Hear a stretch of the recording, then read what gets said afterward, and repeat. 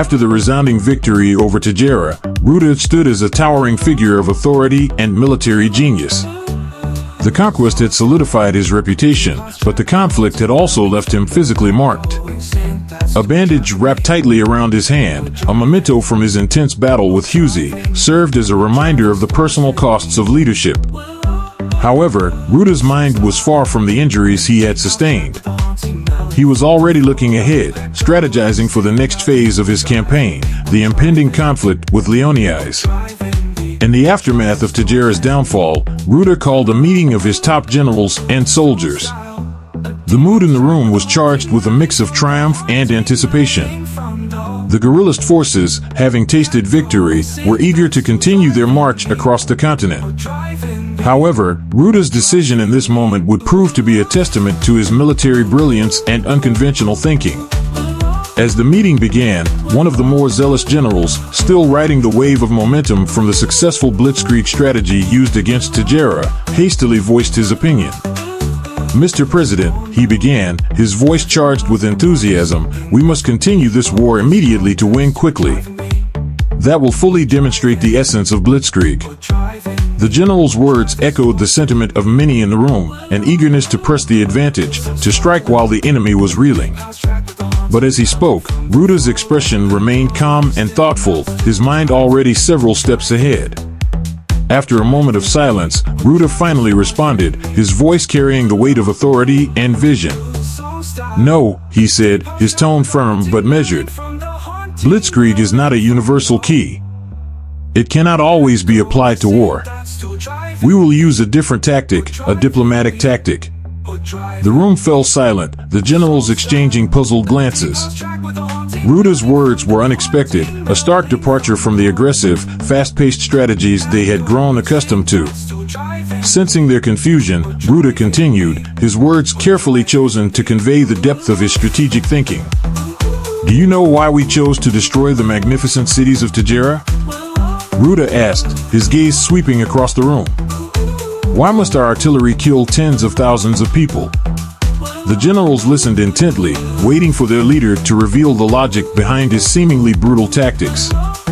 "I wanted people to be afraid," Ruda explained, his voice devoid of emotion. "Afraid of war. Afraid of separation. Afraid of confrontation with the guerrillists. Afraid of destruction." His words hung in the air, a chilling rationale that made the generals shift uneasily in their seats. Ruda's strategy had been rooted in the psychological impact of war, using fear as a weapon to break the will of his enemies before a single bullet was fired. "Leonias will surrender soon," Ruda declared, his voice filled with a quiet confidence. "We will not waste a single bullet, not a single missile, and not a single building will collapse because of the war. Peace will be restored across this continent." The generals were taken aback by Ruda's words, the implications of his strategy slowly dawning on them. This was a level of warfare that went beyond the battlefield, a psychological campaign aimed at undermining the very spirit of the enemy. "I will let the entire army rest for 3 months," Ruda continued, "to restore strength and fighting ability while waiting for good news from Leonias." The room was silent, the generals absorbing the magnitude of Ruda's plan. It was a strategy that defied conventional military thinking, one that prioritized patience, psychological warfare, and the long-term goal of continental dominance over immediate, violent conquest. Ruda had not only planned to defeat his enemies through sheer force, but to conquer their minds, to make them capitulate without the need for further bloodshed. It was a strategy that required immense discipline and foresight, qualities that Ruda had in abundance. As the generals left the room, the initial skepticism they had felt was replaced by a profound admiration for Ruda's military genius. His ability to adapt, to think several steps ahead, and to harness the power of fear as a weapon had solidified his position as a leader unlike any they had ever seen. The 3-month hiatus was no longer seen as a period of inactivity but as a calculated move, a diplomatic gambit that would likely bring Leonias to its knees without the need for another devastating war.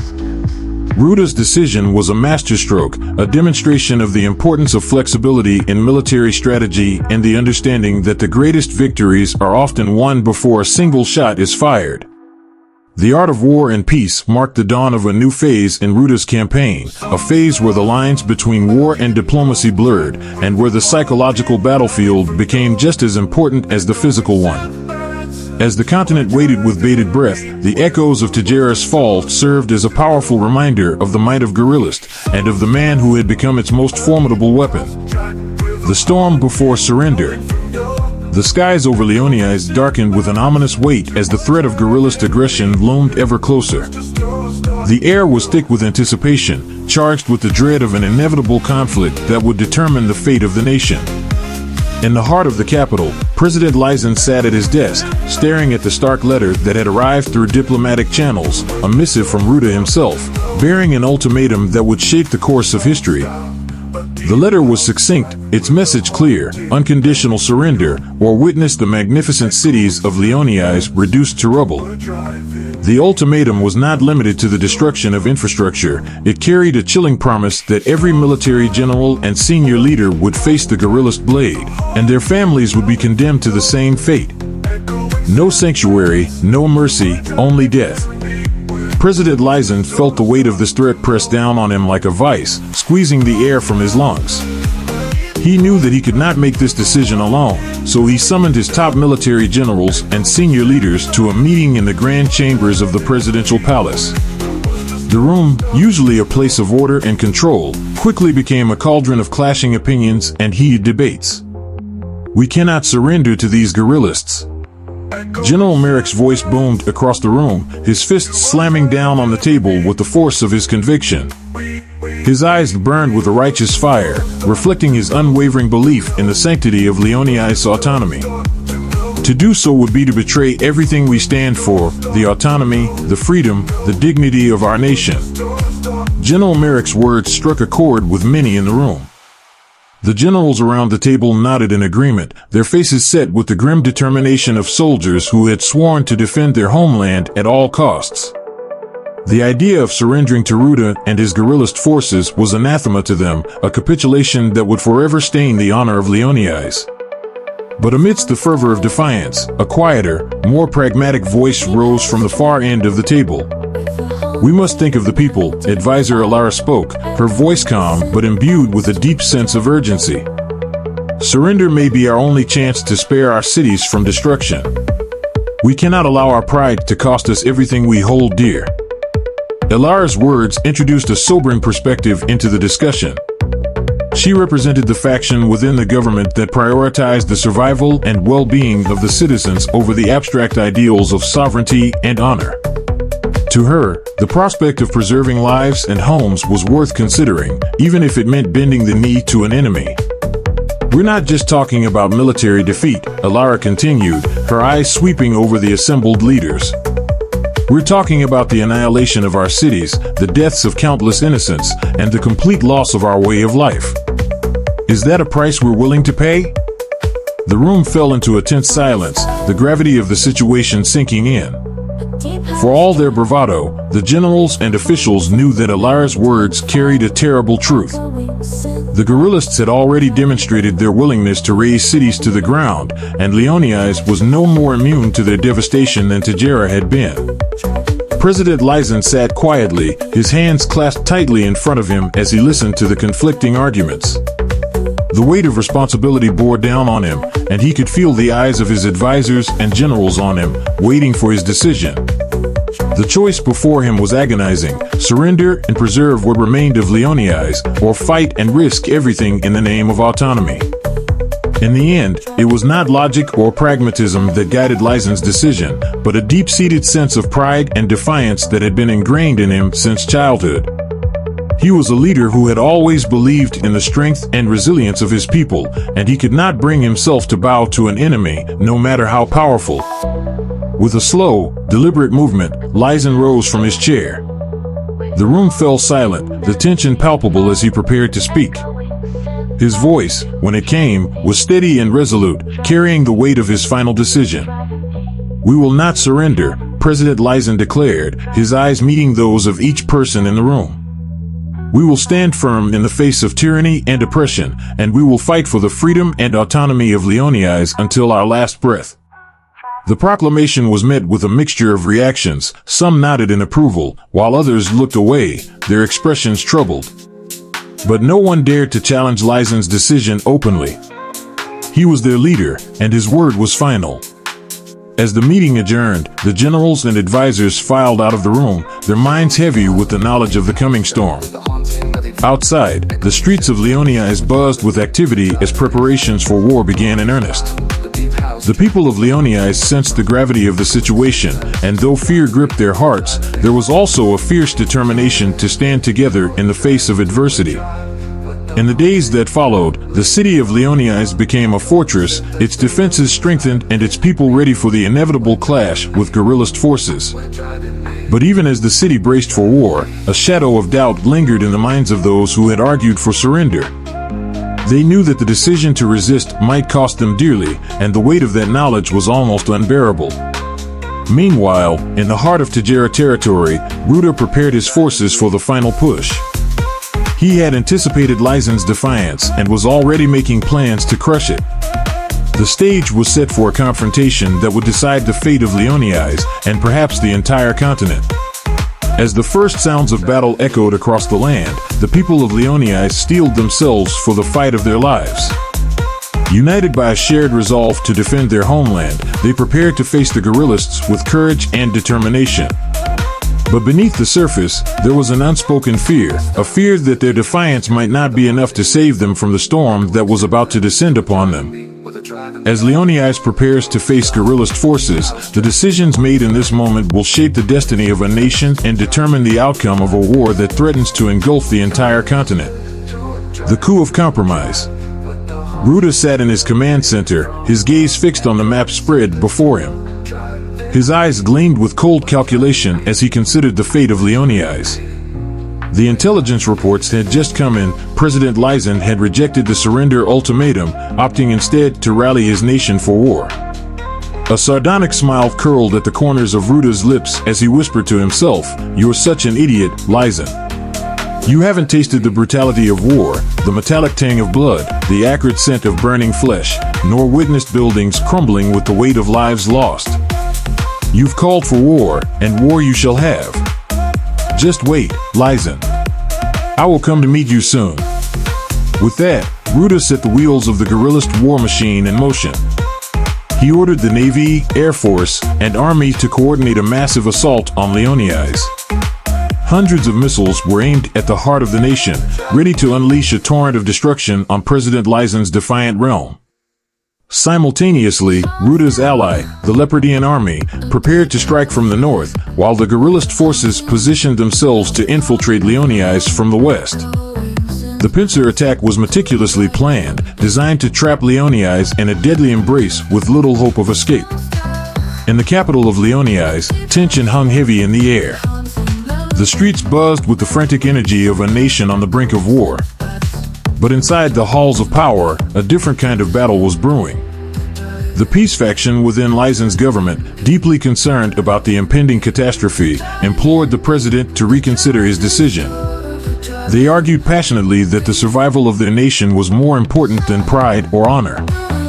But despite their pleas, President Lysen remained resolute, his mind set on resisting guerrillist aggression at all costs. As the minutes ticked by and the threat of annihilation grew ever closer, the generals of Leonias gathered in a tense, secret meeting.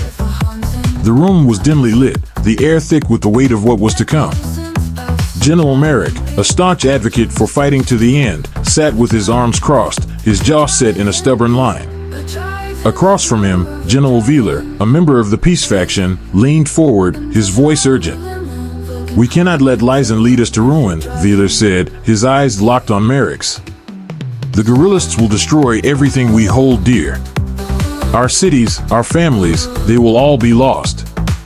We must act now, for the sake of Leonias." Merrick's eyes narrowed. "And what would you have us do? Surrender? Bow to Ruda's tyranny?" "I'm not talking about surrender," Wheeler replied, his voice steady. "I'm talking about survival. If we don't stop Lysen, there won't be anything left to fight for. We must take control, force him to see reason." Merrick slammed his fist onto the table, the force of it reverberating through the room. I will never agree to that. You speak of survival, but what you're really advocating is cowardice. I'd rather die on my feet than live on my knees. The tension in the room ratcheted up several notches. Wheeler and General Econ exchanged a glance, silently agreeing that stronger measures would be necessary to deal with Merrick's obstinacy. Wheeler's voice dropped to a steely whisper. Merrick, you leave us no choice. This is not just about you and your pride, it's about the future of Leoni's. We cannot afford to let one man's stubbornness doom our nation. Before Merrick could respond, Econ moved with swift precision. In one fluid motion, he drew his sidearm and pointed it directly at Merrick. The barrel of the gun gleamed under the dim lights of the room, a deadly promise of what was to come if Merrick continued to resist. You're making a mistake, Econ, Merrick growled, his voice low and dangerous. No, Merrick, Econ replied, his voice cold and resolute. The mistake would be letting you lead us to our deaths. Step down, or I will remove you. For a tense moment, the room held its breath. Merrick's eyes bored into Econ's, weighing his options. He knew that the peace faction was serious, that they were prepared to use force to achieve their ends. But the thought of surrendering, of allowing Ruta to dictate the terms of their defeat, was anathema to everything he stood for. Finally, after what felt like an eternity, Merrick slowly raised his hands in a gesture of reluctant surrender. Fine, he spat, his voice laced with bitterness. Do what you will. But know this, you may save our cities, but you'll lose our souls in the process. With Merrick's acquiescence, the generals moved quickly to put their plan into action. Under the cover of night, they mobilized their forces and marched on the presidential palace. The soldiers, loyal to their commanders and disillusioned by the prospect of a hopeless war, offered little resistance. The coup was swift, decisive, and bloodless, but the implications were profound. President Lysen, stunned by the turn of events, was quickly subdued and brought before the generals. In the dim light of the palace, Lysen faced his former allies, now turned against him. His eyes were filled with disbelief, but the generals offered no room for negotiation. They presented him with an ultimatum: declare an end to the hostilities with the guerrillists or face the consequences. Lysen hesitated, his pride warring with the reality of his situation. But as the weight of his responsibility pressed down on him, he realized that he had no choice. With a heavy heart, he agreed to their demands. The generals quickly arranged for a televised broadcast. As the cameras rolled, Lysen stood before the nation, his face pale but resolute. The words he spoke were carefully chosen, crafted to convey the essence of surrender without uttering the word itself. I, the president of Leoni's, declare, Lysen began, his voice steady but tinged with resignation. We will live in peace with the guerrillists. We will preserve our magnificent buildings. We will safeguard countless lives. I hereby announce a cessation of hostilities with the guerrillists. Thank you. As the broadcast ended, a heavy silence fell over the nation. The people of Leoni's, who had braced themselves for war, now faced a different reality, one of occupation, of living under the shadow of guerrillist dominance. The price of peace had been paid, but it was steep. The streets that had once echoed with the sounds of defiance now lay quiet, as the citizens grappled with the knowledge that their country had fallen, not through the might of their enemies, but through the decision to avoid total annihilation. Back in the presidential palace, the generals who had orchestrated the coup watched the broadcast with mixed emotions. They had succeeded in their goal: Leoni's would be spared from destruction. But the cost of their actions weighed heavily on them.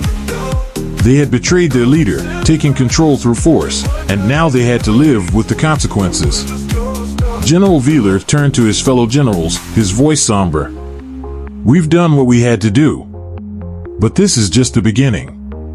We must ensure that Leoni's survives this, that we rebuild and find a way to live under guerrillist rule. The others nodded, but the mood in the room was one of unease. The future was uncertain, and the path they had chosen was fraught with challenges. But for now, they had averted a disaster, and that was enough. As Ruta received the news of Lysen's declaration, a satisfied smile crossed his lips. He had anticipated this outcome, knowing that the threat of total destruction would be enough to break Leoni's resolve. With Leoni's effectively neutralized, Ruda could turn his attention to consolidating his power and extending guerrillist influence even further across the continent. But even as the guerrillist war machine prepared to move on to its next target, the people of Leoni's were left to grapple with the reality of their new existence. The echoes of the coup would reverberate through the halls of power and the streets of the nation for years to come, a reminder of the cost of survival in the face of overwhelming force. The vanquished and the victor. As Leopardia's army advanced methodically from the north and the guerrillist forces swept into Leoni's capital, Tyrus, from the west, the scene unfolded with an eerie familiarity. The fall of Leoni's mirrored the earlier collapse of Tajera, a nation brought to its knees with little resistance, its leaders and military officers compelled to disarm and present themselves before Ruda, acknowledging the irrefutable reality of their defeat. In the once grand chambers of the presidential palace, now stripped of its former splendor, President Lysen found himself standing before Ruda. The man who had once held the reins of a proud and independent nation now appeared as a mere shadow of his former self. Gone were the trappings of power, the regal attire, and the air of authority. Instead, Lysen stood dressed as an ordinary citizen, his posture hunched and his hands trembling. The aura of triumph that surrounded Ruda only served to deepen the sense of Lysen's defeat. Ruda, seated comfortably in a chair that had once belonged to Lysen, looked upon the fallen leader with a mixture of satisfaction and curiosity. His eyes gleamed with the thrill of victory, the sense of destiny fulfilled. He broke the silence with a question, his voice smooth and controlled. "President Lysen, do you understand why I emerged victorious?" Lysen flinched at the title, the word president a bitter reminder of what he had lost. His voice was subdued, tinged with a humility that had been absent before. "Please, do not call me president any longer," he murmured, unable to meet Ruda's gaze. "I do not know why I lost." Ruda's lips curled into a knowing smile, his eyes narrowing with a sense of superiority. "You lost, Lysen, because I possess what you lack: wisdom, strength, ambition, and the fortune of being born into a powerful nation. This combination, this synergy of traits, is what we often refer to as fate." Lysen remained silent, the weight of Ruda's words pressing down on him like a physical burden. He could feel the truth in them, a truth that stung deeply. Yet he had no rebuttal, no argument to offer in his defense. Seeing Lysen's silent acceptance, Ruda continued, his tone now laced with an edge of condescension. "You see, had you persisted in your resistance, you would have subjected your nation to a catastrophe, bombs, bullets, destruction on an unimaginable scale. Tens of thousands of lives would have been lost, lives that would have been on your conscience. How could you have justified such a decision to the innocent, to the little bodies that would have fallen under your failed leadership?" The words cut through Lysen like a knife. He could picture the devastation Ruda described, the carnage that would have ensued had he continued to fight. His silence deepened, his heart heavy with the realization of how close he had come to leading his nation into utter ruin. Ruda, sensing the shift in Lysen's demeanor, leaned forward slightly, his voice softening just a fraction. "As the president of Guerrillist, president of Tajera, and now, president of Leoni's, I have decided to show you mercy. You, Lysen, must depart from this land with your family. You are not to set foot in Leoni's again, not even for a single day.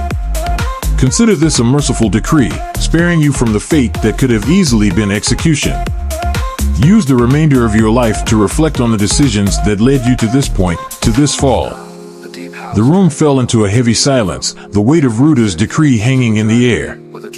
Lysen, his face etched with the lines of defeat and resignation, slowly nodded in acceptance. There was no defiance left in him, no spark of the leader who had once stood tall in the face of adversity. All that remained was a man who had lost everything: his power, his pride, and his nation. With a slight bow of his head, Lysen expressed his gratitude for Ruda's leniency, though the words felt hollow even to him. He turned to leave, his steps slow and heavy, as if each one carried the weight of his downfall.